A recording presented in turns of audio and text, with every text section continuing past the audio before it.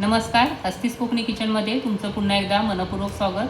आज आपण करणार आहोत पिवळी चवळीची भाजी. तर इथे चवळीची म्हणजे वालीच्या शेंगा घेतलेल्या आहेत. त्या स्वच्छ धुवून घेतलेल्या आहेत. आता या पहिल्या आधी साफ करूया. तर दोन्ही बाजूला असे साफ करायचे आणि त्यानंतर असे मध्ये मध्ये तोडत न्यायचे. मध्ये मध्ये तुम्हाला असा धागा वगैरे आलेला दिसते तो काढायचा आहे आणि तोडत न्यायचा आहे. तुम्ही सुरीने देखील कापू शकता, पण असं हाताने साफ केलं की धागे आपल्याला काढता येतात. आणि जर मध्ये तुम्हाला असा मध्ये कोणताही असा खराब भाग जर दिसला तर तो काढून टाका आणि जो चांगला भाग आहे तो घ्यायचा आहे. याप्रमाणे तुम्हाला ही भाजी स्वच्छ करून घ्यायची. तर इथे आता आपली भाजी मोडून झालेली आहे. या भाजीसाठी इथे एक मध्यम बटाटा मी साल काढून घेतलेला आहे. आता आपण भाजी करायला घेऊया. ही भाजी मी बिड्याच्या कढईमध्ये करणार आहे. तर इथे आता आपल्याला 3 मोठे चमचे तेल घालायचं आहे. भिड्याच्या कढईमध्ये ना भाजी खूप छान होते, तुम्ही करून बघा. सुरुवातीला ना गॅस आधी मोठा करा आणि यामध्ये अर्धा चमचा आपल्याला मोहरी घालायची. मोहरी छान तडतडू द्यायचे. नंतर जिरा घालायचा आपल्याला पाव चमचा. तेल आता चांगलं गरम झालं तेव्हा गॅस कमी करा आणि यामध्ये जिरं घालायचं पाव चमचा. त्यानंतर पाव चमच्यापेक्षा कमी हिंग घालायचं आहे. त्यानंतर इथे एक मध्यम कांदा घालायचा आहे, कारण ही भाजी आहे ना 250 ग्राम आहे आणि त्यासोबतच एक बटाटा देखील आहे. तर 300 ग्राम ही भाजी आहे. त्याप्रमाणे आपण हे साहित्य घेतोय. थोडासा कढीपत्ताही घालायचा आहे. थोडं परतून घ्यायचं आहे. परतून झालं ना की यामध्ये आपल्याला हिरवी मिरच्या 2 घालायचे. तर ह्या थोड्या मोठ्या आहेत म्हणून मी 2 घेत आहे आणि तिखटसुद्धा आहेत. तर अशा लांब लांब थोडं कापत आहे मी.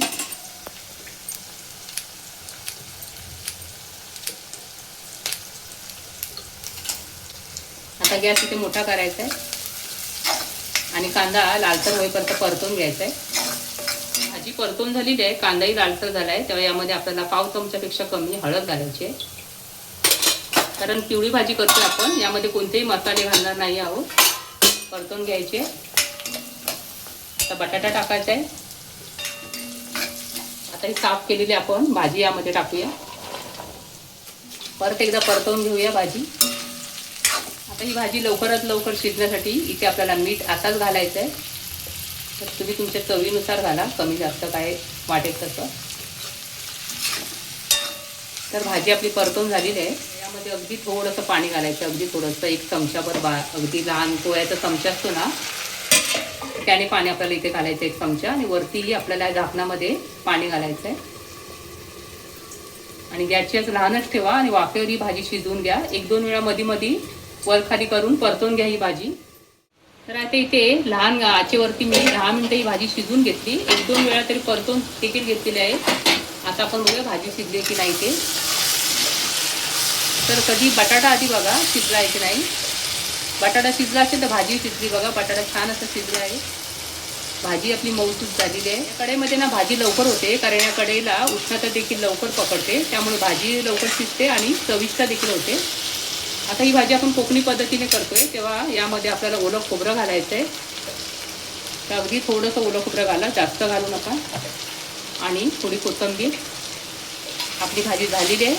गॅस आता इथे बंद करूया आणि एका भांड्यात काढून घेऊया. तर चवळीची पिवळी भाजी तयार आहे. याला आम्ही कोकणामध्ये गोडी भाजी असे म्हणतो.